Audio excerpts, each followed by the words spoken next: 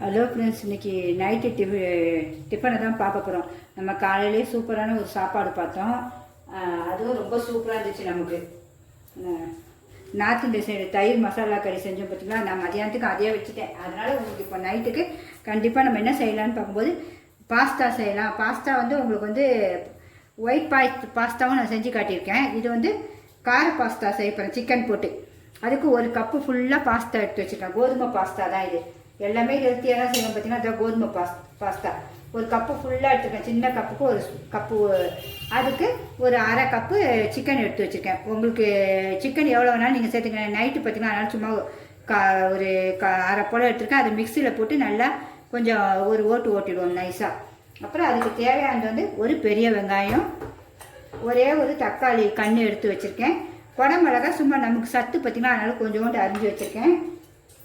ஒரு பச்சை மிளகாய், ஒரு கால் போல் லெமன், ஒரு சும்மா அந்த புளிப்புக்காக. இஞ்சி பூண்டு கால் ஸ்பூன், சின்ன ஸ்பூனுக்கு கால். அப்புறமேட்டு மிளகாத்தூள் ஒரு கால் ஸ்பூனு. காரத்துக்கு தக்க நீங்கள் எல்லாம் அதெல்லாம் சேர்த்துக்கணும். எனக்கு காரத்துக்காக கம்மியாக தான் போட்டிருக்கேன். தனியாத்தூள் ஒரு கால் ஸ்பூன். அப்புறம் கொஞ்சோண்டு மஞ்சள் எதுக்குன்னா கிருமி நாசிக்காக, சிக்கனுக்காக மஞ்சள் தூள் கண்டிப்பாக சேர்த்துருக்கேன். இது வந்து காஷ்மீரி மிளகாத்தூள் பண்ணி வச்சுருக்கேன். காரம் இருக்காதுல்ல, அதனால் கலருக்காக, வேறு ஒன்றும் இல்லை. உங்களுக்கு வேணுனாலும் போட்டுக்கலாம், வேணுனாலும் எடுத்துக்கலாம். அப்புறம் புதினா, கொத்தமல்லி, தேவைக்கேற்ப உப்பு. இது அவ்வளோதான். நம்ம ஃபஸ்ட்டு இப்போ மிக்சியில் இதை அரைச்சிட்டு கறியை, அடுத்தது வெங்காயம் தக்காளி அரைஞ்சிட்டு அப்படியே செய்து பார்ப்போம். இன்றைக்கி வித்தியாசமாக செய்ய போகிறேன். என்னென்னா பாஸ்தாவை வேக வச்சு சுடுதண்ணியில் வேக வச்சு வடித்து செய்ய போகிறது இல்லை, அப்படியே குக்கரில் செய்ய போகிறேன். அதுதான் சூப்பர்.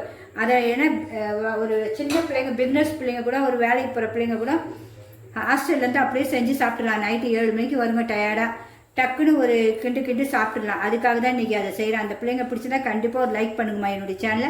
அதுமாதிரி இன்றைக்கி ஈவினிங்க்கா 7 மணி ஆகிடுச்சு அப்படின்னா பார்த்தேன், மழையாக இருந்துச்சா, சரி பூவை போய் பறிச்சுட்டு அந்த பிச்சி பூவும் மல்லியை பாருங்கள் எப்படி இருக்குது பாருங்கள். கொஞ்சம் நல்லா குண்டு குண்டாக வீட்டு மல்லி பார்க்கவே அழகாக இருக்கும். கொஞ்சம் பூக்கும். சரி அது தலைக்கு போதும். அந்த மாதிரி இதுவும் பிச்சி பூவும் ஜாதின்னு சொல்லுவாங்க. ஒயிட்டும் இருக்குது, ரெட் கலரும் வச்சுருக்கேன். ரெண்டும் வச்சுருக்கேன். அதுவும் இப்போ தான் பூக்க ஆரம்பிச்சிருக்கு. அதனால் நம்ம இனிமேல் வீடியோக்குள்ளே போவோம். சிக்கனை அரைச்சிடுவோம். போதும். சிக்கனையே நம்ம மிக்சியில் ஒரு ஓட்டியாச்சு, சும்மா கொஞ்சோண்டு. அப்புறம் இந்த வெங்காயமும் தக்காளியாக அரிஞ்சிட்டேன். இனிமேல் நம்ம செய்ய ஆரம்பிப்போமா. குக்கர் வச்சுருவோம். குக்கர் வச்சுட்டேன். இனிமேல் எண்ணெய் ஊற்றிடுவோம். இன்றைக்கி நல்லா கிச்சனே நல்லா மணக்குது. மல்லிப்பூவும் பிச்சிப்பூவும். உண்மையாக நமக்கு அது ஒரு இன்ட்ரெஸ்டாகவே ஆகிடும். சமையல் பண்ணும்போது இதுமாரி நம்ம கொஞ்சம் வச்சா நமக்கு மனசும் ஒரு ஃப்ரீயாக இருக்கும், அழகாக சந்தோஷமாக. எண்ணெய் நமக்கு தேவைக்கேற்ப தான் இதை ஊற்றிருக்கேன் பாருங்கள். நான் சும்மா ஒரு குளிக்காண்டிக்கு போல் எண்ணெய் ஊற்றிருக்கேன், அவ்வளோதான். சட்டி காயிட்டோம். அதுக்குள்ளே பச்சை மிளகாவை போட்டுருவோம். நான் கீரைலாம் சும்மா அப்படியே 2ஆக உடச்சி தான் போடுறேன். வெடிக்கும், அதனால் உடச்சிட்டேன், வேறு ஒன்றும் இல்லை. இப்போ வெங்காயத்தை போட்டுருவோம்.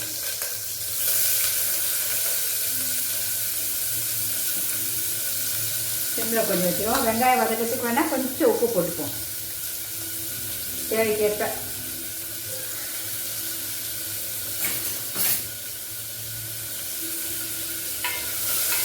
செஞ்சு வச்சுருவோம். இன்னும் மூடி போட்டு கொஞ்ச நேரம் அப்படியே இருக்கும். கொஞ்சம் வதங்கினோடனே தக்காளியும் போட்டுருவோம். போட்டு புதினா கொத்தமல்லியும் போட்டுருவோம். அதிலே இஞ்சி பூண்டியும் போட்டுருவோம்.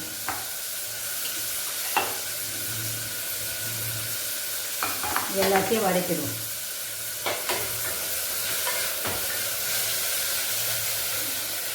இஞ்சி பூண்டு போட்டோடனே ஒரு வாசனை வருது பாருங்க, சூப்பராக பிரியாணி வாசனை வருது. இது உண்மையாக பிரியாணி மாதிரி தான் இருக்கும்.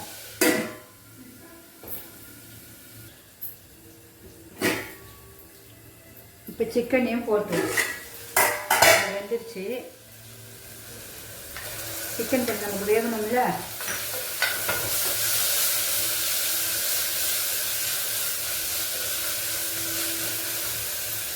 சிக்கன் இந்த மசாலா தூளுங்களும் போட்டுருவோம் எல்லாத்தையும்.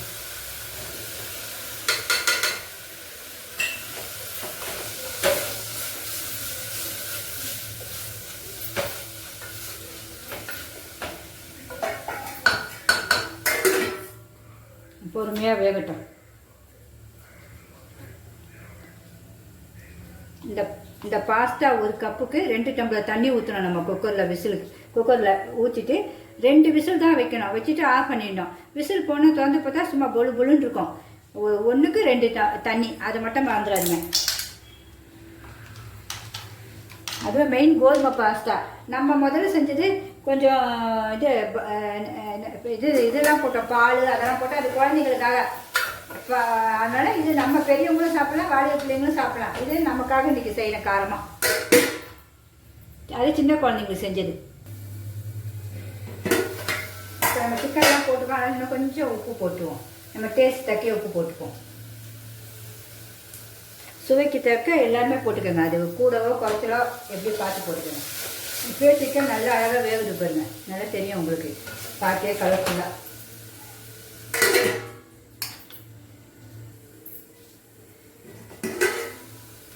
இப்போ சூப்பராக நல்லா தக்காளியெல்லாம் வதங்கிச்சு, சிக்கனும் நல்லா வெந்துருச்சு. இனிமேல் நம்ம இந்த பாஸ்தாவை போட்டுருவோம்னா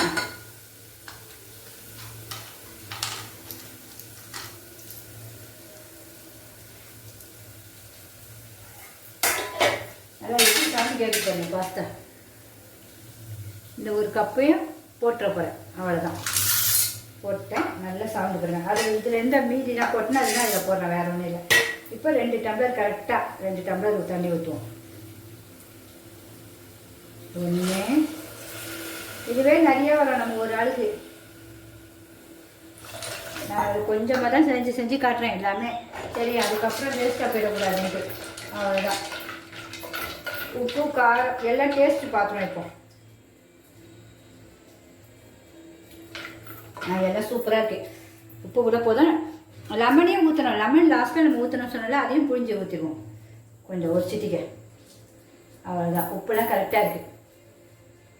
இப்போ குக்கரை மூடிடுவோமா? கொஞ்சம் ஹை ஃப்ளேமில் வச்சுட்டேன். கொஞ்சம் சூப்பரான குக்கர் வந்து கொஞ்சம் வச்சுப்பேன். அவ்வளோதான். 2 விசில் கரெக்டாக. உங்களுக்கு அது உங்கள் விசில் எப்படி தான், எனக்கு இதில் 2 நல்லா வெந்துடும். வேறு ஒன்றும் இல்லை. கொஞ்சம் குறைச்சிக்கலாம். 2 விசில் போதும். ரொம்ப சுவையாக இருக்கும். எல்லாருமே செஞ்சு பாருங்கள். எல்லாமே ஹெல்த்தியாக தான் போடுறேன். ஒயிட் பாஸ்தாவில் பால் பட்ரு எல்லாமே போட்டுப்பாங்க. அது குழந்தைங்களுக்காக மெயின் ஹெல்த்து. பால்லாம் நிறைய சேர்க்குறது பிள்ளைங்களுக்கு. சரி, நம்மளுக்கும் ஆசையாக இருக்கணும், நம்ம இப்படி காரமாக செஞ்சு சாப்பிட்டுப்போம். அவ்வளோதான். அதுமாதிரி இந்த இன்னொரு பாயசம், இப்போ மாம்பழத்தில் ஜவரிசி போட்டு பாயசம் பண்ண, அது ஃப்ரிட்ஜில் வச்சு சாப்பிட்டேன். வேறு லெவலில் இருந்துச்சுங்க. எல்லாருமே ட்ரை பண்ணுங்க. அதையும் ரொம்ப சூப்பராக இருந்துச்சு. அதுவும் விசில் வர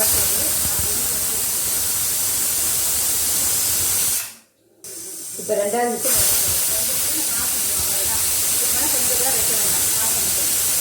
அதுக்கு ஃபுல்லாக விசில் போனோன்னா திறந்து பார்ப்போம்.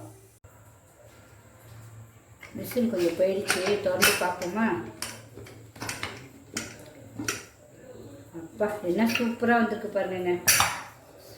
கரெக்டாக இந்த கப்புக்கு நம்ம 1க்கு 1.5 வச்சா சும்மா அப்படியே கரெக்டாக வெந்துச்சானும் பார்ப்போம். பாருங்கள் எவ்வளோ சூப்பராக இருக்குது பாருங்கள். பாக்கியே அழகாக இல்லை? இனிமேல் பார்ப்போம் வெந்துச்சானே. உங்களுக்கு நான் அப்படியே காட்டுறேன். எல்லாருமே செஞ்சு பாருங்கள். ரொம்ப ஹெல்த்தி.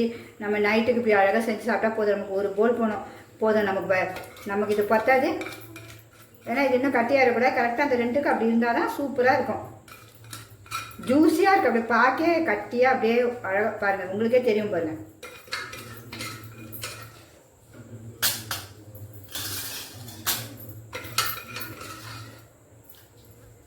இந்த இதுலேயும் ஒன்றும் பிடிக்கல பாருங்கள். க்ளீனாக இருக்குது.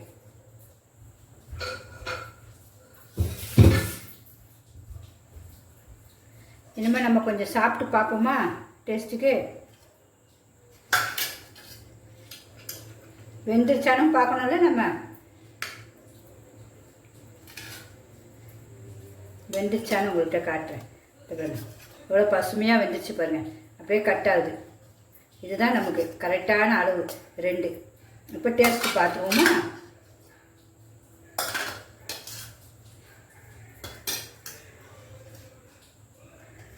இப்படியே குத்தியே டேஸ்ட் பார்க்குறேன்.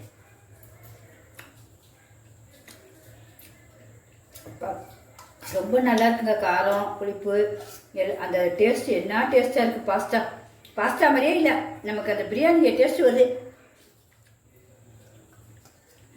எல்லாருமே கண்டிப்பாக ட்ரை பண்ணுங்கள். பிடிச்சிருந்தா கண்டிப்பாக சிம்பா நியூஸ் சேனலுக்கு சப்ஸ்கிரிப்ஷன் பண்ணுங்கள் ஃப்ரெண்ட்ஸ். ஒரு லைக் கண்டிப்பாக பண்ணுங்கள், பிடிச்சிருக்கான்னு பாருங்கள். ஓகே ஃப்ரெண்ட்ஸ், பாய். சாப்பிட போகிறேன்.